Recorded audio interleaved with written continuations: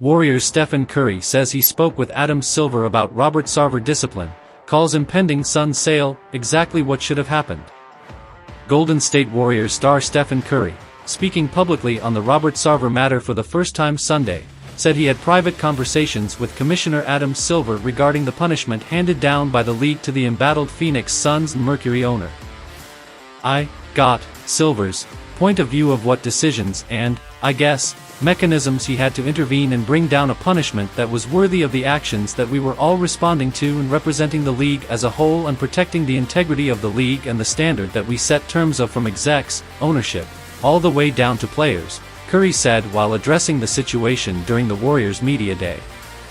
"There should be a standard around what's tolerable and what's not." The NBA announced September 13 that Sarver would be suspended for 1 year and fined $10 million after an independent investigation found that he used the N-word at least 5 times when recounting the statements of others, and was also involved in instances of inequitable conduct toward female employees, including sex-related comments and inappropriate comments on employees' appearances. The NBA commissioned the investigation in the wake of an ESPN story in November 2021 detailing allegations of racism and misogyny during Sarver's 17 years as owner. The NBA's announcement was met with backlash, as LeBron James, Chris Paul, Draymond Green and others spoke out and said the punishment wasn't severe enough. PayPal, the Suns' jersey patch sponsor, threatened to not renew their partnership with the team if Sarver remained owner. And Suns minority owner Jahm Najafi, the team's second-largest stakeholder, called for Sarver to resign. Just over a week after his suspension was handed down, Sarver announced he is beginning the process to sell both the Suns and Mercury. "I think the outcome was exactly what should have happened," Curry said. "Honestly, I thought with the punishment that was handed down, it would have dragged out a little longer, but I'm glad we got to a point where hopefully the team is up for sale sooner than later and can kind of move on knowing that's where it should be." In an interview with Rolling Stone magazine published earlier this month, Curry expressed regret for not taking a public stance and boycotting the 2014 playoff game against the Clippers that followed the publication of an audio recording in which then Clippers owner Donald Sterling made racist remarks, ultimately leading to his lifetime ban from the league.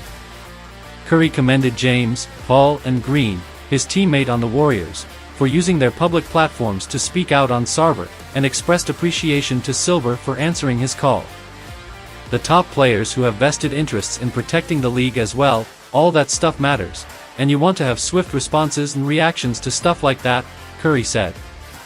After Sarver's suspension was handed down, but before he announced his intention to sell, Green recorded a 25-minute podcast episode in which he called on NBA owners to hold a vote to terminate Sarver's position as owner of the Suns. "You know, if this is governed by a vote, then why isn't there a vote?" Green said Sunday at Warriors Media Day, explaining the thought process he had during his podcast.